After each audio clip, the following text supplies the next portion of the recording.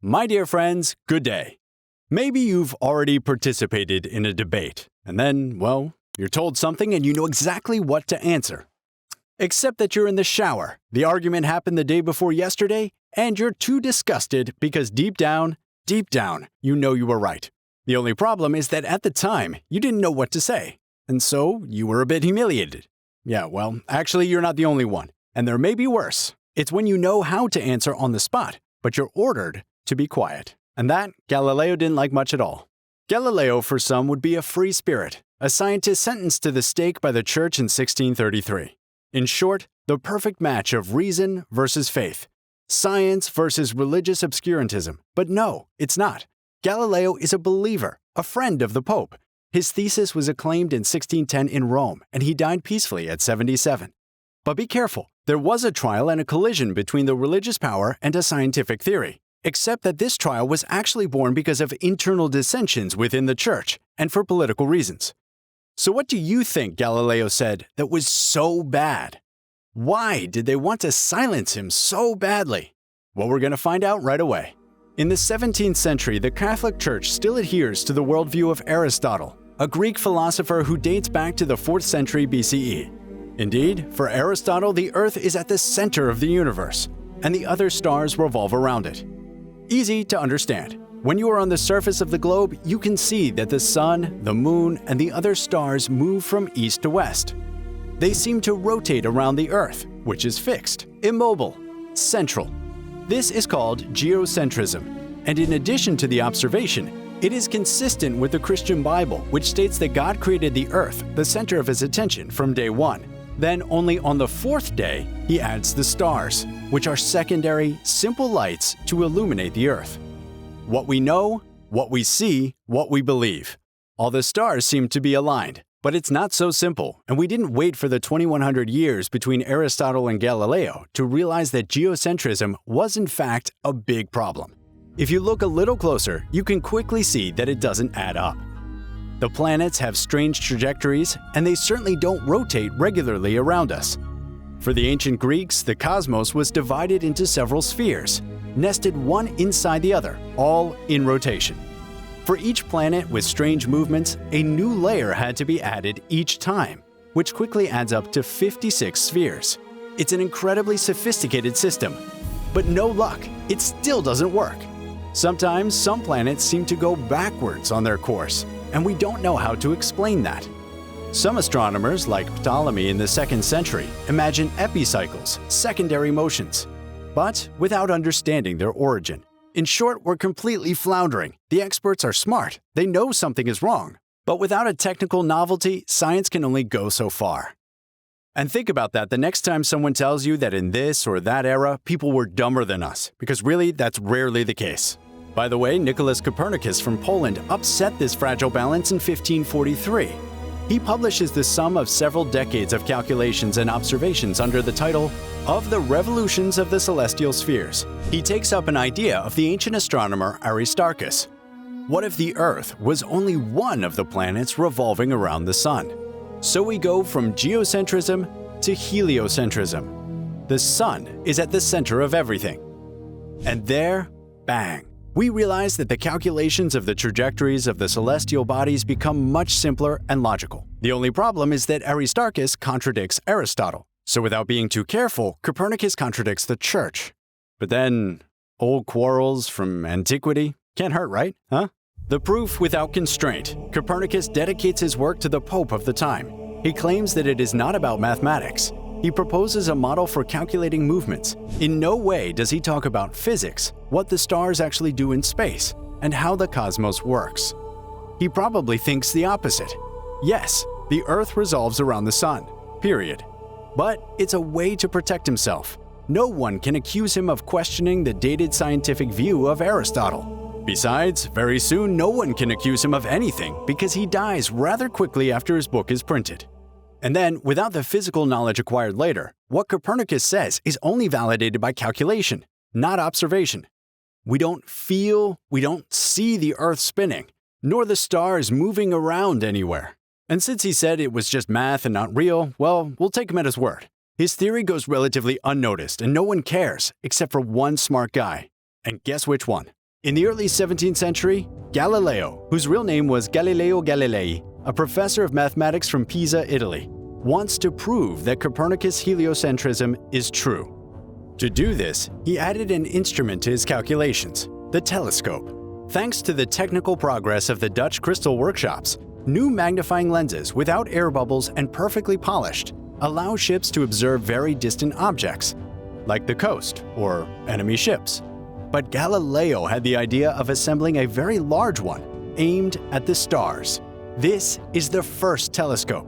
A system of diagrams reduces the brightness but improves the resolution, and he can assemble several lenses and get a magnification by 6, then 9, and up to 20.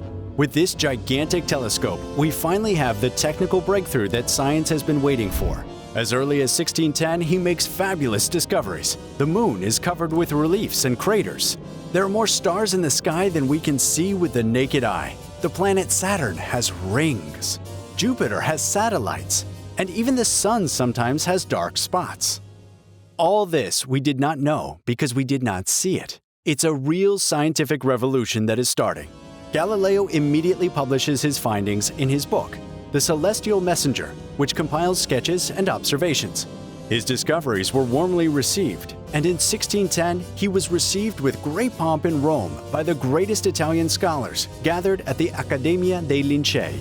Eminent members of the church, such as Cardinal Barberini, who became his friend, or the Roman College of Jesuits, who were interested in these astronomical observations and read his work with attention. But another faction of the clergy organizes the offensive, because his description of the phases of the planet Venus, more or less illuminated according to its position, shows that it revolves around the sun, and not the Earth. Without saying it openly, Galileo adheres to Copernicus' theory, thus refuting Aristotle's geocentrism. And yet, there are passages in the Bible that seem to speak of geocentrism. For example, that the world is firm, it does not wobble, and that God has set the earth on its foundations. It will never be shaken. In the book of Joshua, we even read that God stops the course of the sun and the moon until the Hebrews take revenge on their enemies, which implies that these two stars are in motion and not the earth. So we can interpret these sentences differently, or even take them as metaphors or poetic formulas, and not literally. This is what the church does today. But back then, this faction was afraid of the slightest ambiguity. Indeed, for Christians, the Bible is the result of a revelation, written by the hand of men, but inspired by God. Therefore, it cannot say something that is false. The slightest mistake, and the whole edifice would collapse. And on top of that, we're in the middle of the Counter-Reformation. The Catholic Church is already busy facing the Protestant reforms of Luther and Calvin. So there is no mercy and no nuance.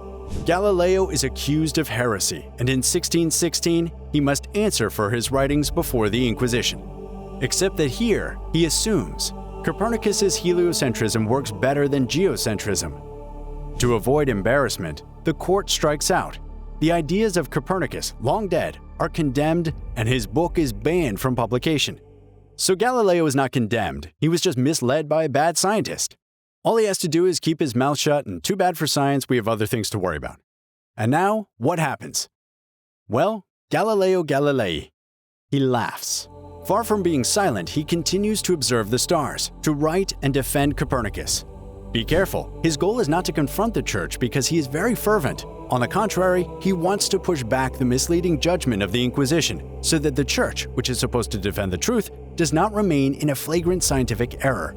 In his own way, he wants to help, and he knows that if he has enemies, he also has supporters. But he slips up again. From 1619 to 1623, he confronts the Jesuit Orazio Grassi about the nature of comets. He triumphs by writing The Essayist, in which he ridicules his opponent, but also discusses atomic theory, the atom, quite simply.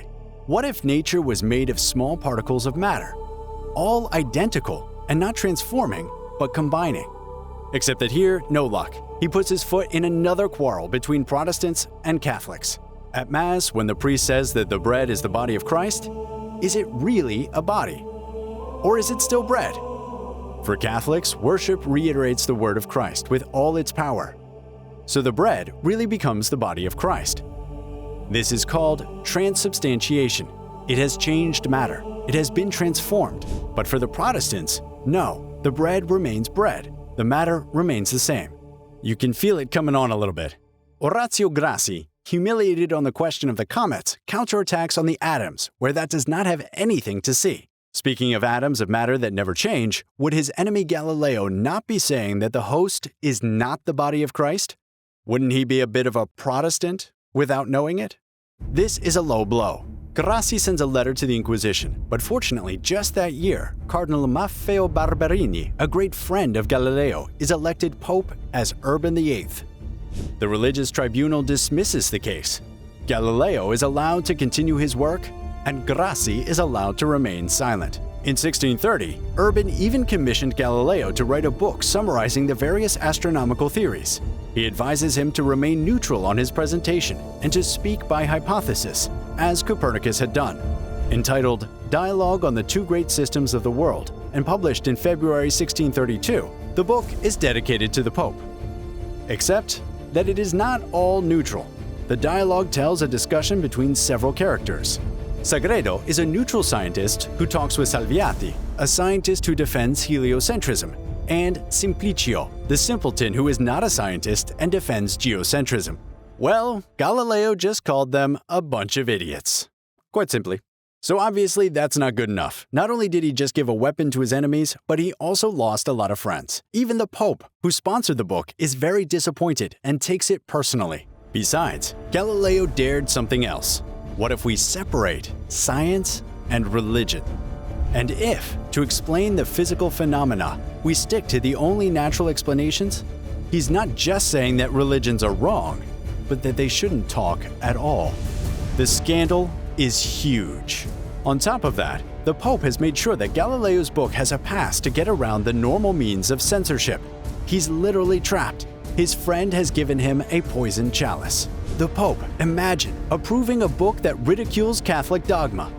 So before judging the book, the Inquisition wants to stop its distribution, seize all the copies. There will be plenty of time later to correct the problematic passages and launch a new edition. But it's too late. When the instructions arrive, the copies have invaded the bookstores in Rome that have already sold them. The scandal spreads, and when the Inquisition finally decides to put the book on trial, and therefore its author, the Pope has no choice.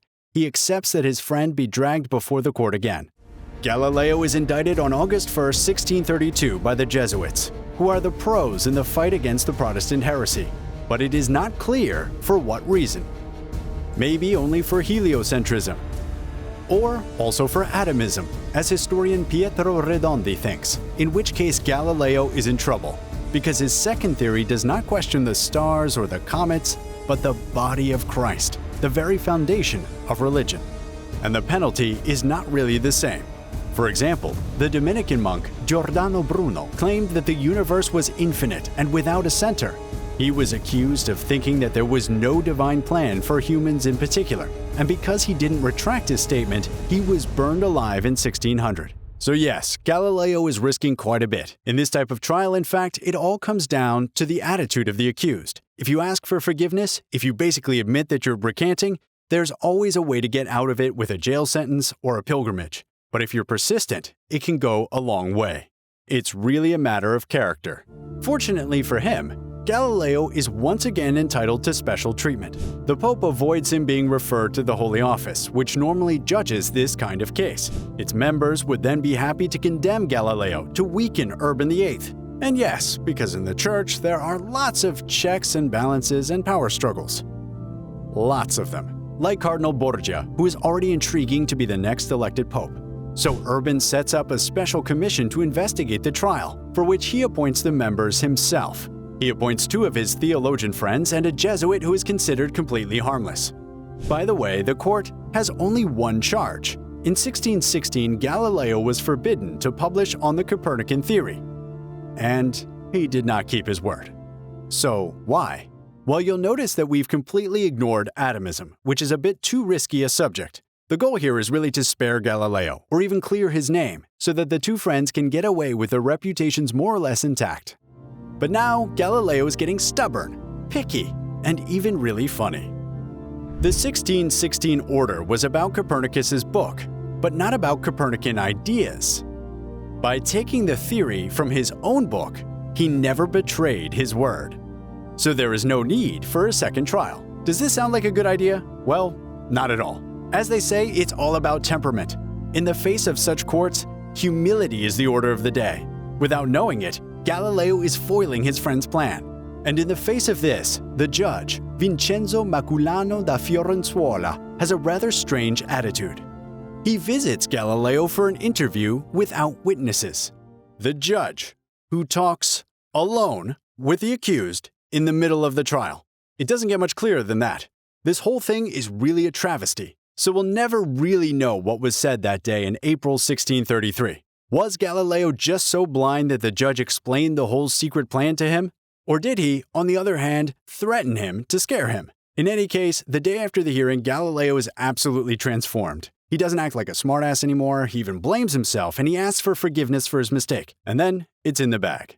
On June 22, 1633, Galileo officially renounces heliocentrism. He was again forbidden to speak about Copernicus or his ideas, and was sentenced to life imprisonment, which the Pope immediately changed to house arrest. Back home in Florence, Galileo continues to work even though he is deprived of his freedom. He resumed his astronomical observations and managed to smuggle his writings to be published abroad. Unfortunately, his health declined rapidly, and in 1638, Galileo lost his sight, which prevented him from continuing his research. He died in 1642 at the age of 77, surrounded by his disciples. Nevertheless, this affair, if it didn't turn out too badly, sends a very clear message to everyone. In Europe, a wave of astronomers renounced heliocentrism, at least publicly. René Descartes, who was about to publish his treatise on the world, gives up. The book will be published after his death. And now a whole section of the scientific community has been put under a cloud. So of course, as we've seen, the terrible trial, the obscurantist burning at the stake, all of that has been very exaggerated. As a good visionary, Galileo dreamed of a binary world, with science on one side and faith on the other. But in his time, most scientists were believers, and many religious people were scientists. The break will not take place for centuries. And in the meantime, science continues to deal with religion. The ideological and geopolitical context of the time, which marked the trial, it allows us to understand all this. But is it enough? Sometimes we can dream of a different outcome, where the church would have seized the opportunity to live with the times, which finally happened because in 1992, Pope John Paul II officially recognized that Galileo was right. But he knew that. He didn't wait 350 years in the shower to come up with the right answer. In any case, legend has it that at the moment of the verdict, when he accepted that the Earth was immobile, Galileo whispered, and watch out for my terrible accent, "Eppur si muove," and yet it moves. That's it. Thank you all for watching this episode. Thanks to Luca Pacotte for working on the video. I hope you liked it. Feel free to like it, share it, and comment on it. See you soon on Nota Bene, Nota Bonus, in podcast, on the networks, everywhere to discover other stories. Later.